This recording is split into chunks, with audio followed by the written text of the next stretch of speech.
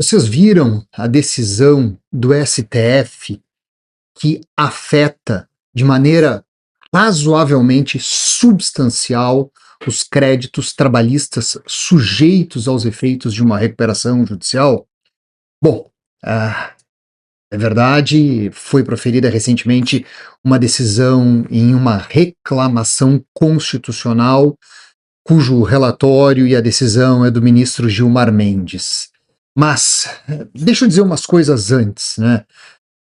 Eu sou da época em que estacionar era fácil e arranjar uma namorada ou um namorado era difícil.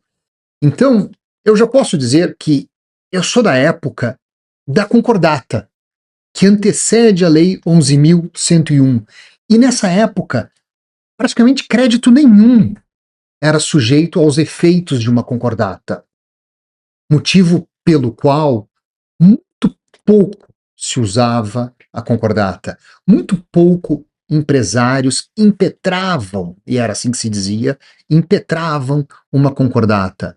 E, na verdade, ficavam sujeitos aos efeitos daquela micro-moratória praticamente os fornecedores e um ou outro crédito financeiro, motivo pelo qual, então, como eu disse, pouco se usava, poucos impetravam a concordata. Mas vinha já em gestação, já há algum tempo, a Lei 11.101, o projeto de Lei 11.101, que, ao fim e ao cabo, em 2005, foi aprovado com louvor, nos permite tecer loas e elogios a todos os envolvidos na época. De fato, nós trouxemos para o nosso sistema de insolvência uma lei que se aproximava muito do Chapter 11 norte-americano, que levava, diferentemente do que era a concordata, aos credores o poder da tomada de decisão sobre os destinos do empresário insolvente, do empresário em crise, do empresário que buscava então a recuperação judicial, ajuizava e tinha ela processada. Era um mecanismo de diálogo, de negociação, como é até agora, como até hoje é assim como é no Chapter 11 norte-americano, e é assim que tem que ser mesmo. Mas, vamos lá, né? Como dizia Otto von Bismarck, as leis são como as salsichas, nunca queira saber como elas são feitas. E no final desse jogo, da elaboração da Lei 11.101, quando ela estava em vias de ganhar a sua formatação final para que viesse então a ser promulgada, foi inserido no artigo 49 o bem por alguns, mal famado por outros, parágrafo 3º, que exclui dos efeitos da recuperação judicial uma série de créditos relevantes, e dentre estes, talvez o mais relevante deles, os créditos garantidos por alienação fiduciária. Portanto, a partir da Lei 11.101 de 2005, do artigo 49, parágrafo 3º, a nova recuperação judicial, o novo instrumento de tratamento da insolvência aqui no Brasil, abrangia uma quantidade muito relevante de créditos, mas descartava os créditos garantidos com alienação fiduciária. E isto, por si só, resultou numa mudança comportamental dos agentes financeiros, para os quais, a partir de então, poucos eram os créditos concedidos às empresas que não tinham uma alienação fiduciária em garantia. E aí, a criatividade dos agentes envolvidos permitiu que praticamente qualquer coisa pudesse se tornar garantia fiduciária. Bens móveis, bens imóveis, bens fungíveis, bens infungíveis, bens presentes e bens futuros. Praticamente tudo se tornava objeto de garantia fiduciária. E a partir disto, os créditos sujeitos aos efeitos de uma recuperação judicial se tornaram cada vez mais raros. As recuperações judiciais passaram a ter um direcionamento muito parecido com a concordata. Já não havia mais tantos, ou já não há mais tantos créditos sujeitos aos efeitos de uma recuperação judicial. Como diz um colega meu, hoje em dia, achar crédito sujeito aos efeitos de uma recuperação judicial deveria ser tarefa de gincana. E quem achar, ganha. A brincadeira é válida. E aí, o que isso tem a ver com a decisão que eu comentei ali no começo, em que eu disse que o STF acaba de proferir uma decisão que afeta substancialmente a recuperação judicial, ou os créditos sujeitos à recuperação judicial. Mais uma categoria de créditos sujeitos, os créditos trabalhistas. Bom, quero já de largada dizer que eu concordo integralmente com a decisão, acho que a decisão é boa, ela dá segurança ao sistema, porque já não bastassem os créditos excluídos dos efeitos da recuperação judicial, o que havia até então era uma saída pela direita, como dizia o Leão da Montanha nos desenhos animados, uma saída pela direita dos credores trabalhistas que se utilizavam da justiça do trabalho como caminho processual para, na hipótese em que seus créditos estivessem sujeitos aos efeitos de uma recuperação judicial, buscar a satisfação do seu crédito na paralela dos demais credores, quebrando a par condicio creditorum através de desconsideração da personalidade jurídica proferida de maneira, talvez, para não dizer nada muito sofisticado ou gongórico, de maneira superficial pela Justiça do Trabalho, utilizando aquilo que eu não concordo, a chamada teoria menor. Em determinado momento, foi cunhada a expressão da teoria menor e a teoria maior da personalidade jurídica, e a teoria menor foi incorporada pelos julgados na Justiça do Trabalho. E o que ela significa no final do dia? Significa que, não sendo satisfeito o crédito pelo seu devedor principal, aqueles que, eventualmente de maneira subsidiária ou solidária, respondem por ela, irão pagar. E esse componente de solidariedade subsidiária e subsidiariedade ficou alargado no tempo, de modo que muitos eram aqueles que a justiça considerava subsidiários, devedores subsidiários ou devedores solidários, ou em gênero, né, co-obrigados.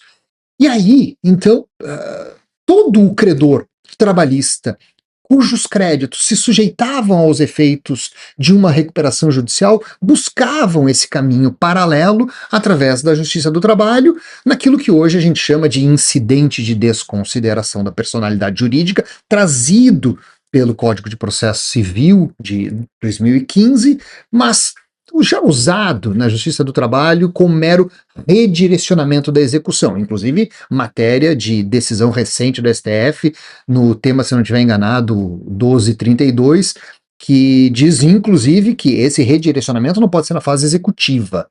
Ele tem que também acontecer na fase de conhecimento, ou seja, o ajuizamento da ação pressupõe já a composição de um litisconsórcio passivo. Bom, mas voltando para a recuperação. Na recuperação judicial, tem disposição expressa. Na Lei 11.101 tem.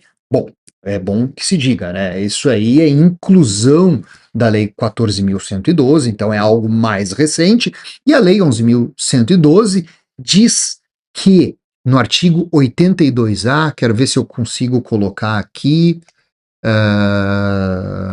alterando aqui, mudando, fazendo transição. Estou aprendendo a mexer nesses negócios aqui, me atrapalho ainda, né? Mas vamos lá, olha o que diz o artigo 82A da Lei 11.101. É vedada a extensão da falência ou dos seus efeitos, no todo ou em parte, aos sócios de responsabilidade limitada, aos controladores e aos administradores da sociedade, observem aqui a expressão, falida. Admitida, contudo, a desconsideração da personalidade jurídica. E o parágrafo único diz: a desconsideração da personalidade jurídica da sociedade falida para fins de responsabilização de terceiros, grupo sócio-administrador, somente pode ser decretada pelo juízo falimentar, com observância do artigo 50 e do 133, 50 do Código Civil e 133 do Código de Processo Civil. Bom, por que eu fiz aqui uma ressalva importante à expressão falida? Por quê? Porque a decisão proferida do STJ diz, sem necessariamente justificar de maneira explícita as razões, mas diz que esta disposição se aplica também aos casos de recuperação judicial. Portanto, houve uma interpretação ampliativa da norma, o que me parece absolutamente compreensível e correto, a despeito da expressão. Eu acredito que talvez a mens legislatoris tenha sido esta, ou seja, preservar a par conditio creditorum e evitar que determinados credores, porque têm caminhos atalhados, recebam com quebra da par conditio creditorum. E era o que acontecia nas reclamatórias trabalhistas, em que as execuções eram, pela via do incidente de desconsideração, redirecionadas aos coobrigados, vamos falar assim, em gênero, coobrigado, seja administrador, seja sócio, seja controlador, não seja controlador, seja parte relacionada nas reclamatórias trabalhistas, pela teoria menor, pela chamada teoria menor. Então, o que fez o ministro Gilmar Mendes? Ele deu aplicação mais extensa ao artigo 82A, dizendo que esta desconsideração, ela pode ocorrer, mas o juízo competente, para tanto, é o juízo da recuperação judicial, observando os critérios do artigo 50 do Código Civil e 133 do Código de Processo Civil. Ou seja, com isto, traz-se de volta para o juízo universal. No caso da falência, há universalidade, é uma discussão muito conceitual dizer se há ou não há universalidade no juízo da recuperação, mas de certa maneira há uma visa atrativa dos desígnios, dos destinos, dos ativos em recuperação judicial, e me parece que está muito claro e entendido agora, com essa decisão proferida pelo ministro Gilmar, que também se aplica às recuperações judiciais. Mas eu fiz questão aqui de trazer, primeiro, vamos lá, recapitulando, decisão proferida em sede de reclamação constitucional contra decisão que havia sido proferida pelo TRT da segunda região. TRT da segunda região determina incidente de desconsideração, admitindo-se, então, a execução de devedor coobrigado, em que o devedor principal está em recuperação judicial. Reclamação ao STF, reclamação do STF, súmula vinculante número 10, ministro Gilmar diz que a inaplicação de determinada norma por órgão fracionário de tribunal não é admitida, é inconstitucional. Por quê? Porque a reserva de plenário é previsão constitucional e deve ser observada. Isso sumulado, inclusive, pelo STF. Portanto, pela via processual, diz, olha, não está sendo respeitada a reserva de plenário. Perfeito. E ele aproveita, de maneira muito inteligente e absolutamente correta, dá a interpretação correta ao artigo 82A, dizendo que aplica-se às empresas em recuperação judicial, e faz uma referência a uma decisão proferida em 2009, num caso muito simbólico, que foi proferida pelo ministro, à época, Ricardo Lewandowski, era ele o relator desse acórdão, numa ação declaratória de inconstitucionalidade movida à época pelo PDT, que buscava afastar dos efeitos da recuperação judicial os créditos trabalhistas, buscando inconstitucionalidade das disposições que estavam lá dentro que diziam que os créditos trabalhistas também se sujeitavam. Ou seja, para todos os efeitos, era voltar ao Decreto-Lei 7661, onde praticamente nada era sujeito e os créditos trabalhistas também não eram sujeitos. E aí, à época, o ministro Ricardo Lewandowski julga a ação declaratória de inconstitucionalidade e também foi movida pelo Sindicato dos Aeroviários. Foi manejado um recurso que eu não me lembro exatamente qual é, se foi ou não foi um recurso extraordinário, ou se foi algum recurso ordinário em razão de alguma decisão proferida na recuperação judicial da Varig. E aí o conteúdo é mais ou menos o mesmo, misturando um pouquinho de artigo 60 com constitucionalidade barra inconstitucionalidade das disposições que traziam os créditos trabalhistas, por afronta às disposições constitucionais que davam prioridade, caráter alimentar do crédito trabalhista. Bom, mas então, fechando essa história, o que eu quero dizer é o seguinte: reclamação constitucional decidida.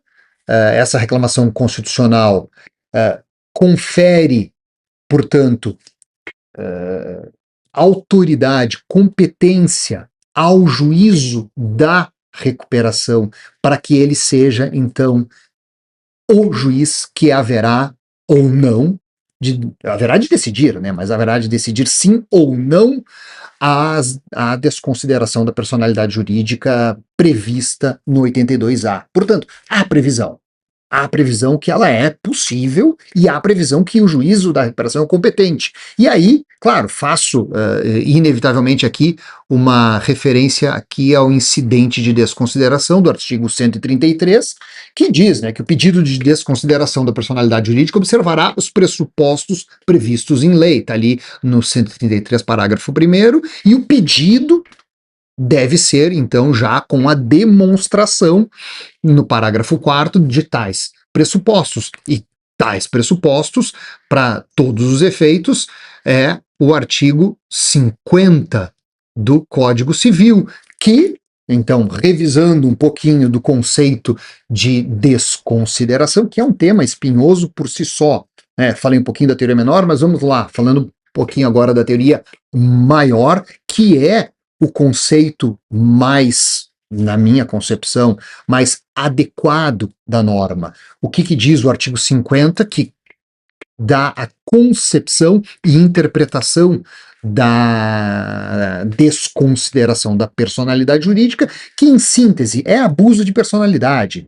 Isso lá nos Estados Unidos, isso já há mais de 200 anos já se decidiu, que a disregard doctrine, o piercing the veil, onde levanta-se o véu da personalidade e admite-se que satisfaça-se o credor com os bens daquele que usou a personalidade jurídica de maneira incorreta. Expressão utilizada no artigo 50, abuso da personalidade jurídica. E houve, em 2019, uma readequação do artigo 50 com a Lei da Liberdade Econômica, que dá uma melhor formatação ao dispositivo, que antes era um pouquinho, era norma de caráter mais aberto, e aí, em razão da própria abertura interpretativa da norma, havia discussões, mas agora o conceito está mais claro, está mais definido, mais analítico, e que diz, né, abuso da personalidade jurídica é caracterizado pelo desvio de finalidade e pela confusão patrimonial, ou um ou outro, né? Ou pelo desvio de finalidade ou pela confusão patrimonial. E diz o que é um e o que é outro. No parágrafo 1º diz, para fins do disposto neste artigo, desvio de finalidade é a utilização da pessoa jurídica com propósito de lesar credores e para a prática de atos ilícitos de qualquer natureza.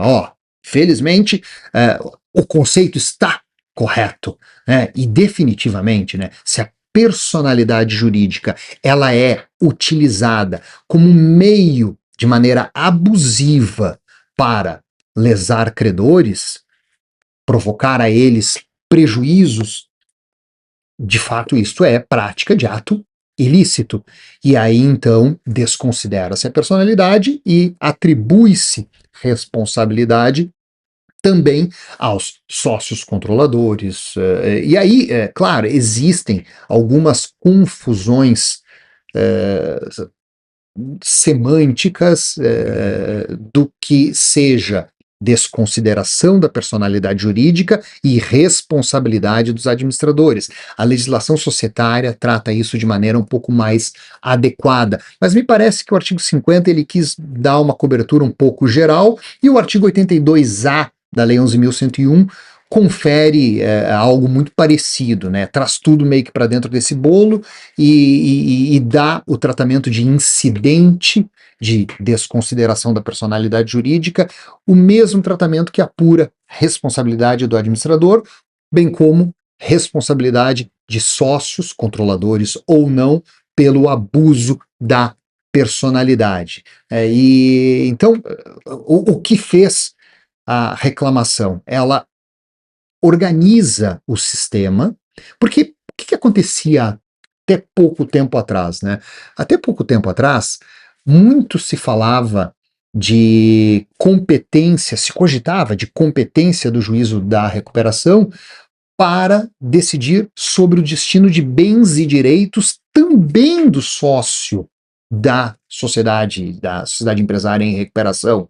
E aí, o que se fazia até pouco tempo atrás, né? Havia uma penhora ou um bloqueio de bens de qualquer natureza do sócio ou administrador dessa sociedade, suscitava-se conflito de competência, e aí, imaginando justiça do trabalho e justiça comum, conflito de competência ao STJ, e o STJ passou a decidir, olha, não, na verdade não há conflito de competência aqui, por quê? Porque não é o juízo da recuperação o juízo competente para decidir se os bens do sócio ou administrador são ou não são penhoráveis, são ou não são bloqueados, são ou não são objetos de constrição e execução. E aí, então, resultado disso, né, o caminho lateral começou a ser percorrido. E os credores trabalhistas se sujeitavam aos efeitos da recuperação. A sociedade empresária, a empresa em recuperação, ela estava adequadamente protegida, mas os sócios administradores, e às vezes até sociedades coligadas, partes relacionadas, controladas, controladoras, estas ficavam sujeitas aos efeitos de eventual execução patrimonial promovida pela Justiça do Trabalho. E isso produzia efeitos patrimoniais, às vezes até nefastos, o que provocava, muitas vezes, o ajuizamento em litisconsórcio ativo de recuperações judiciais com diversas empresas que compunham grupos de fato, mas que, a bem na verdade, determinadas sociedades não tinham nenhuma crise e que não passavam por situação de insolvência e não precisavam estar dentro daquele litisconsórcio ativo, da consolidação processual, utilizando a linguagem mais atual. E aí, agora, me parece, não é mais o caminho do conflito de competência. Por quê? Porque já há decisão proferida pelo STF que consolida o entendimento do sistema, consolida o entendimento do artigo 82A, confere uma certa interpretação ampliativa, dizendo que aplica-se não somente às sociedades falidas, mas também às empresas em recuperação judicial, o que diz o artigo 82A, que define competência do juízo da recuperação para desconsiderar a personalidade jurídica e, em razão disto, atingir os bens do sócio ou controlador ou administrador, controlador ou não controlador desta sociedade em recuperação judicial. Bom, o tema é de absoluta relevância, tanto para as empresas em recuperação judicial, que às vezes se viam meio perdidas no mato sem cachorro, porque se correr o bicho pega, se ficar o bicho come, então ia para recuperação, os sócios acabavam sofrendo os efeitos, e bem na verdade, tem que se dizer o seguinte, tá? O respeito à personalidade jurídica é um dos elementos fundamentais do sistema de riscos que envolve a atividade econômica. Por quê?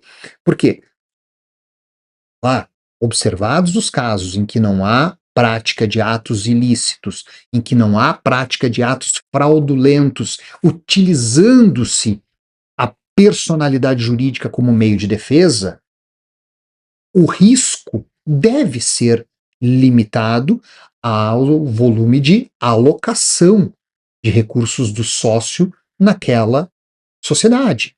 É isso o conceito de limitação de responsabilidade, seja nas sociedades limitadas, que diz que limita-se ao capital social não integralizado, e no caso das sociedades anônimas, ao preço de subscrição não integralizado. E deveria ser esse o limitador. De novo, em condições normais de temperatura e pressão, quando não há fraude ou ato ilícito. Quando as condições são normais, esse deveria ser o limitador, mesmo em casos de falência. Mesmo em casos de falência. Mas não é o que acontece. Não é o que acontece. E aí se acostumou, o sistema se acostumou, os empresários se acostumaram a entender que em qualquer ambiente de insolvência e risco, o risco patrimonial ele é ampliado a um limite, ou, na verdade, a falta de limite. Então, com isto, me parece, organiza-se o sistema de insolvência em um ponto muito, muito nevrálgico.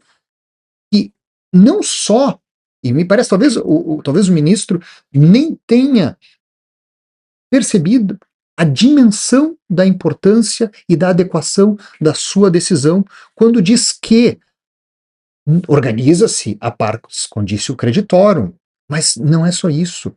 Preserva-se um fundamento importante da atividade econômica, que é a preservação da personalidade jurídica. Quando você traz isso para a competência do juízo da recuperação e você determina que o critério para desconsideração é o critério do artigo 50, que trata do conceito de abuso de personalidade, identifica as caracterizações como desvio de finalidade, como confusão patrimonial, e diz o que são um e outro.